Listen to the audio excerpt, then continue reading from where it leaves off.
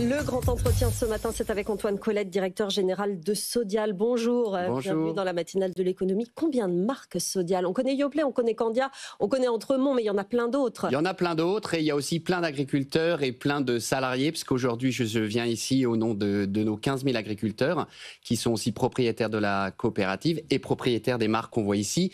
De nos marques, les grandes marques, effectivement, c'est Candia, c'est Entremont, c'est Yoplait. Je viens aussi au nom de nos 9 000 salariés qui travaillent dans nos 53 usines en France, réparties dans tout le territoire, ce qui est aussi très important pour l'emploi français, et pour présenter cette initiative qu'on met en place pour faire un appel finalement aux consommateurs français pour défendre le Made in France, défendre le lait français, avec toutes les valeurs qui sont derrière, les valeurs coopératives. On va y revenir dans un instant. Je vais revenir sur les chiffres de 2024, un chiffre d'affaires de 5,8 milliards. C'est de bons résultats. Comment ça se passe alors qu'on atteint quasiment la fin de l'année 2025 pardon. Alors, l'année se passe, les résultats seront solides sur cette année. On a des positifs et des négatifs comme dans toutes les années. Ce qui n'est pas facile, c'est l'incertitude. Ce qui n'est pas facile, c'est effectivement aussi les marchés mondiaux qui dévissent en ce moment sur les produits cotés comme le beurre ou la poudre de lait sur les marchés mondiaux et qui va aussi faire baisser une partie des prix sur les marchés mondiaux. Voilà. Vous avez effectivement dévoilé, vous en parliez, une signature oui au lait de notre coopérative qui sera progressivement apposée sur l'ensemble des produits issus de la coopérative Sodial. Est-ce que c'est important aujourd'hui, le consommer français encore, pour le consommateur? On sait que c'est particulièrement important pour le consommateur français, on sait que ça résonne, mais on sait qu'on ne l'a pas forcément suffisamment dit, on veut le dire vraiment maintenant aujourd'hui. Candia, Entremont, Yoplait, ce n'est pas des marques comme les autres, et on dit, en fait, en consommant ces produits, vous faites un acte militant. Un acte militant sur 3 points. D'abord, défendre le lait français, défendre la juste rémunération du lait français. Il faut savoir, aujourd'hui, on parle beaucoup du renouvellement des générations. Il faut savoir qu'un agriculteur sur 2, un éleveur laitier sur 2, aujourd'hui, va partir à la retraite dans les 10 ans qui viennent. Si l'équation économique n'est pas intéressante et si on ne peut pas se rémunérer en faisant du lait en France, nous n'aurons plus d'éleveurs laitiers. Et c'est ça qu'on essaye de faire avec cette initiative. Le deuxième acte militant qu'on dit, c'est consommer français. C'est des produits qui sont faits en France. Nos usines ne sont pas délocalisables. Elles sont liées à des bassins, à des terroirs, à des AOP, comme on dit sur le fromage. Et tout ça, c'est consommer français. Et le troisième point dans l'acte militant qui est aussi important, c'est qu'on est très engagé dans la réduction de notre empreinte carbone. Dans nos fermes, on s'est engagé à faire moins 20% d'ici 2030. Dans nos usines, moins 50%. Et donc, c'est vraiment ça qu'on dit. On n'en est pas une entreprise comme les autres. Et on veut que le consommateur, au moment du choix, parce qu'on sait que le consommateur a le choix dans le rayon, il va pouvoir faire un choix qui a du sens. Privilégier les valeurs, privilégier aussi la rémunération, le prix du lait. Le prix du lait conventionnel a décroché à 450 € pour 1000 litres en octobre et novembre. Vous pensez que la situation pourra s'améliorer pour 2026? Comment on peut savoir si ça va s'améliorer et se remonter un peu? Alors, il y a une tension, effectivement, comme je le disais juste avant, sur les marchés mondiaux. Donc, il y a forcément de l'inquiétude dans les campagnes en ce moment de se dire à quel point les marchés mondiaux vont nous faire descendre le prix français aussi.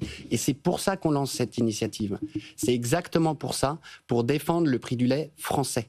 Et pour pouvoir créer une communauté de destin entre les distributeurs, entre les parties prenantes politiques et surtout les consommateurs pour défendre la valeur du lait français, pour qu'aujourd'hui, on décide de soutenir l'avenir finalement de demain. Les actes d'aujourd'hui vont avoir une influence sur demain.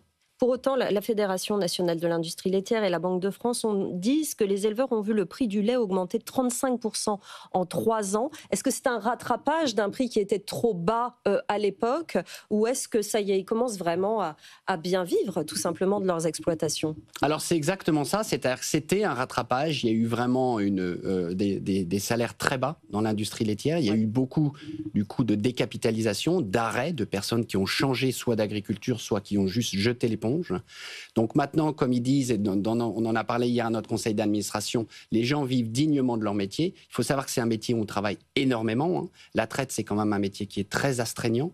Et donc c'est une rémunération qui est, je dirais, on parle de juste, on parle de digne, mais qui finalement en taux horaire n'est quand même pas très élevé.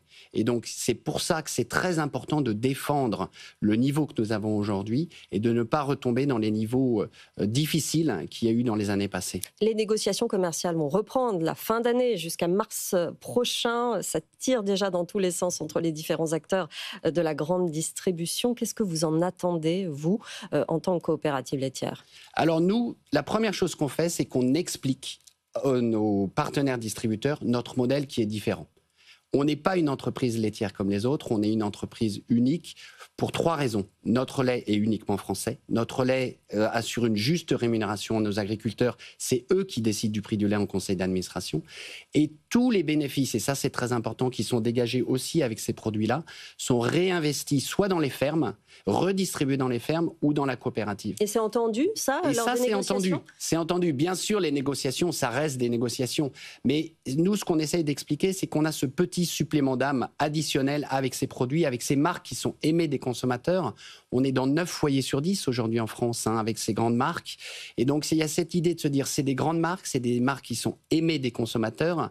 Et puis, en plus, on est une coopérative. Donc, en soutenant finalement les coopératives, Sodial, on fait un acte militant. Et c'est ça qu'on essaye d'expliquer à tous nos amis distributeurs.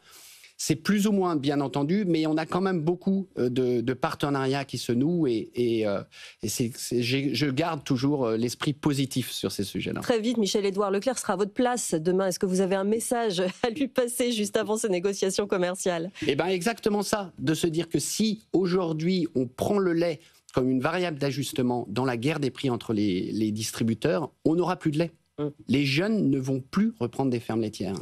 Donc c'est une course, une fuite en avant, mais une fuite en avant dangereuse parce qu'on ne garantira pas le lait pour demain, pour nos enfants et nos petits-enfants. Des conséquences sur les exploitations. Exactement. Et sur la reprise. Et sur l'emploi français finalement. Parce que les 9000 personnes qu'on emploie dans nos usines et dans notre siège, eh ben tout ça, ça va être à risque si on ne consomme pas du lait français. Le contexte international est compliqué en ce moment. Ça ne vous concerne peut-être pas directement, mais vous vous étendez à l'international, vous regardez ce qui se passe. Je recevais il y a quelques jours le groupe Bell qui ne regarde plus du côté des États-Unis pour le moment, mais regarde du côté de l'Asie, parce qu'il y a un panel inouï de consommateurs qui va se développer dans la prochaine décennie. Est-ce que vous aussi, vous regardez de ce côté-là? Alors, nous, on s'est engagé, je me suis engagé avec le plan stratégique qu'on a écrit il y a 2 ans, de passer de 20% de notre chiffre d'affaires à 30%. Voilà, donc il y a vraiment aussi une volonté de se développer à l'international.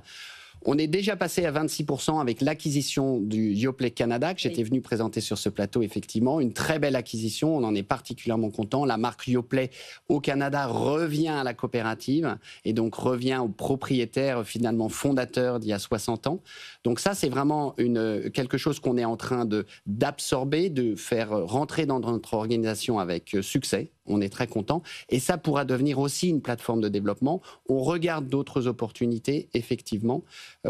Pour nous, c'est très important d'avoir tout ce travail français actuellement qui est fait de retravail des fondamentaux pour vraiment expliquer et donner du sens aux consommateurs français et en parallèle se développer à l'international. Ça nous donne 2 jambes de développement qui nous permettent de vraiment assurer une création de valeur pour les fermes françaises. Vous travaillez pour la formation, l'accompagnement des éleveurs et finalement pour que ces exploitations soient reprises, pour que les jeunes viennent, peut-être les femmes aussi davantage, une féminisation des métiers du lait. Quels sont les arguments en 1 minute pour les faire venir aujourd'hui? Le premier argument, c'est l'économique. Si le plan économique d'une ferme ne fonctionne pas, comme souvent les jeunes doivent s'endetter pour refaire des bâtiments, racheter des terres, racheter du cheptel, c'est l'économique. Donc l'économique, c'est le prix du lait. Et c'est pour ça que c'est si important. C'est vraiment le nerf de la guerre. Ensuite, on a beaucoup de travail d'accompagnement technique, au quotidien, on va les aider à s'installer. Mais le plus important, c'est que le prix du lait tienne. C'est pour ça, et c'est ça que j'explique à tous les distributeurs et à tous les Français. Et faites, en achetant les produits Sodial, on fait tous un petit geste. On sait que les produits sont de toute façon très accessibles. On sait des produits qui sont très bons, très sains, très accessibles. Et en achetant ces produits-là, on fait un geste pour tous ceux qui s'installent aujourd'hui dans les fermes. Voilà. Merci beaucoup Antoine Colette d'être voilà, il y a de l'émotion. Voilà, c'est terminé. Merci directeur général de Sodial. Merci d'avoir été dans la matinale de l'économie.